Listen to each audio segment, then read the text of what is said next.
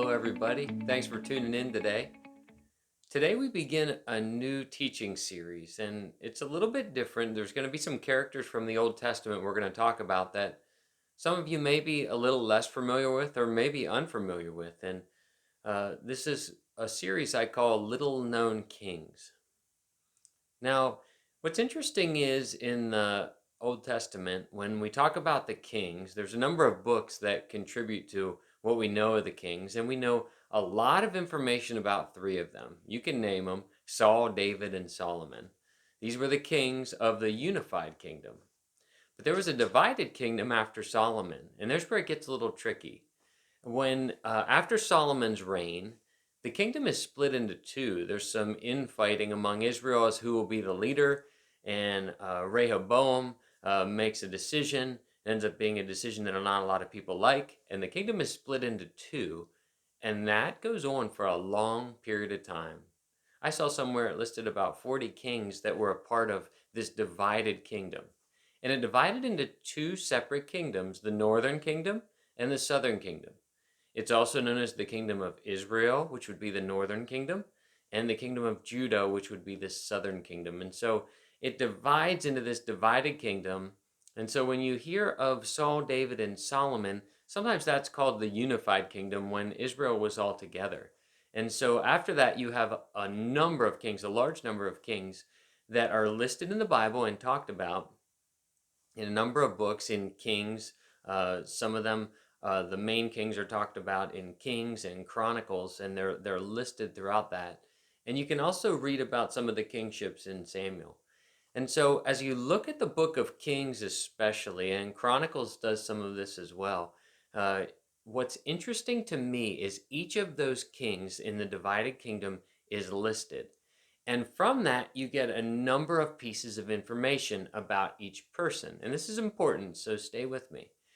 From with from that information from the book of Kings, you hear the name of the king, who his parents were, how long he reigned, whether he was in the northern or the southern kingdom. Again, was he a kingdom of Israel or the kingdom of Judah? And then it says at the end what the Lord's opinion of them was. It says they were good or bad or evil or good in the eyes of the Lord. So it lists who they were, who their parents were, how long they reigned, what kingdom they reigned in, and at the end it lists what God thought of them. You know, that's interesting to me. And what's most interesting about it is what is not said in that. As you look at these, I'm going to give you an example before I get into what's not being said. And I'm going to read it for you now. Let's turn here to 1 Kings 16, 29 through 30. And I'm going to give you an example of what I'm talking about. It says, "In the 38th year of Asa, king of Judah, Ahab, son of Omri, became king of Israel, and he reigned in Samaria for 22 years. Ahab, son of Omri, did more evil in the eyes of the Lord than anybody that was before him." I'm going to give you a second example from 2 Kings 3, 1 to 2. "Joram, son of Ahab, became king of Israel and Samaria in the 18th year of Jehoshaphat, king of Judah. And he reigned 12 years. He did evil in the eyes of the Lord." You know, there were some good kings. There were a lot of bad kings, and bad in the eyes of the Lord. And what I find is extremely interesting about the kings, and something I cannot get past as they list all these kings, is you do not hear about each king and what the people thought of them. I'm going to repeat that because it's the main point of what I'm talking about today. As they talk about the kings in the Bible, these kings will forever be known by how long they reigned, who they were, who their parents were, what kingdom they were in, and what the Lord thought of them. It doesn't say that the people liked him. It doesn't say that Ahab was king for 22 years and the people really, really liked him. It doesn't say that at all. And so forever, these kings will be judged in the eyes of the Lord. Honestly, we can learn a lot from that. especially us people pleasers. I like to be liked. I like people liking me. I like people to say, "Way to go, Dan, great job." When people don't like a decision that I make or don't like something I do, that bothers me. And these kings made decisions in life, and sometimes they weren't appreciated by the people. Other times they were applauded by the people, but we don't know what their public opinion was. Politicians today, you hear what their public approval rating was. We don't know that for any of these kings.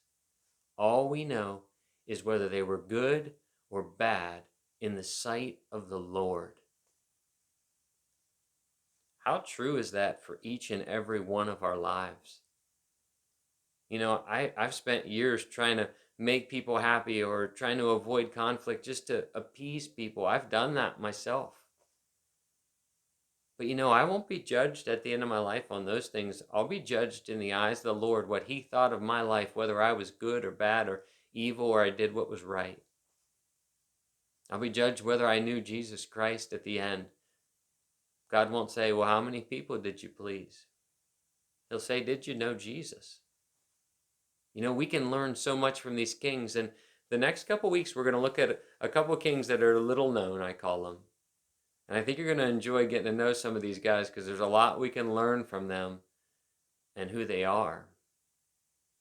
I want you to think about the book of Kings, and the next time you read through the book of Kings, I want you to catch the fact that they list when they became king, who their parents were, where they reigned, how long they reigned, and whether they were good or bad in the eyes of the Lord. And I want you to search for it and see how many times it's listed. Did they please people as a king? And so I challenge you this week, if you are a people pleaser like my nature is, to avoid conflict and please people, are you putting God's view of your life first? Are you saying, "Lord God, I want to go this way with you, even though it might not please the crowd"? I challenge you to that. Think about these kings. They're forever listed in the Bible, not by how they please people, but how they please the Lord.